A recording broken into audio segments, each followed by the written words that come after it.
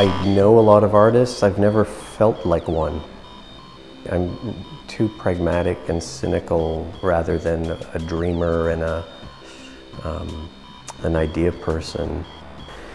And after 25 years of drawing for a living and observing other creative people, artists, writers, musicians, and not just people that I know, but anybody who's well-known, name anybody, like Stephen King or whatever. Like,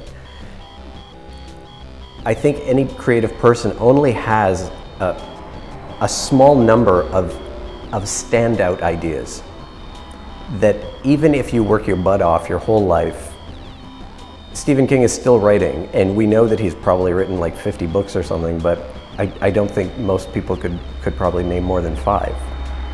Because that's what sticks in your head. You can only hang on to so many ideas, and I think you only have so many standout ideas. And I've started thinking that maybe I don't have any more ideas. Maybe that was it. I'm not precious about my work.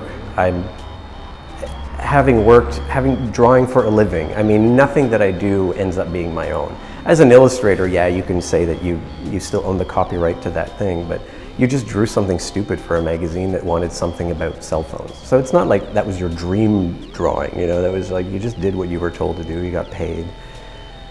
And you can't be too precious about it because you're constantly working for different people whose ideas don't necessarily align with your own.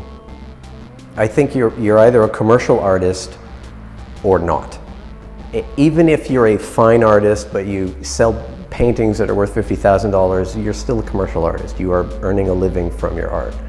And that's fine. I'm not ever going to be on anyone's case for being able to make a living from their craft, from nothing. I mean, they invent something, they make it, and you can earn a living from that. That's great.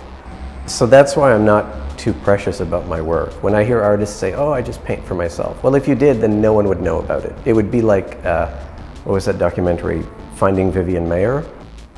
Whose work nobody knew existed until years after her death, and they found tens of thousands, hundreds of thousands of negatives.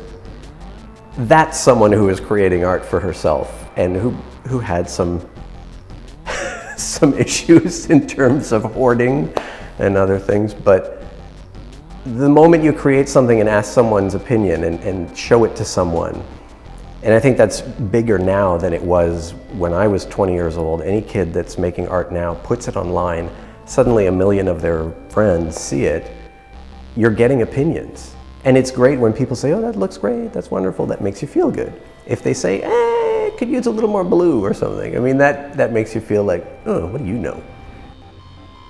And I think it's important to acknowledge when you're done. There's a lot of stuff in life we know when we're done. You know when you're done eating because your belt is bursting. You know when you're done your workout because you can barely breathe anymore. You know when you're done tanning because you're burning. You know when you're done reading a book because you've reached the end. But when it comes to being a creative person, you don't know when it's done. There are no clear markers along the way. You have to usually just notice them after you pass them. My name is Luc Latulippe and I draw for a living.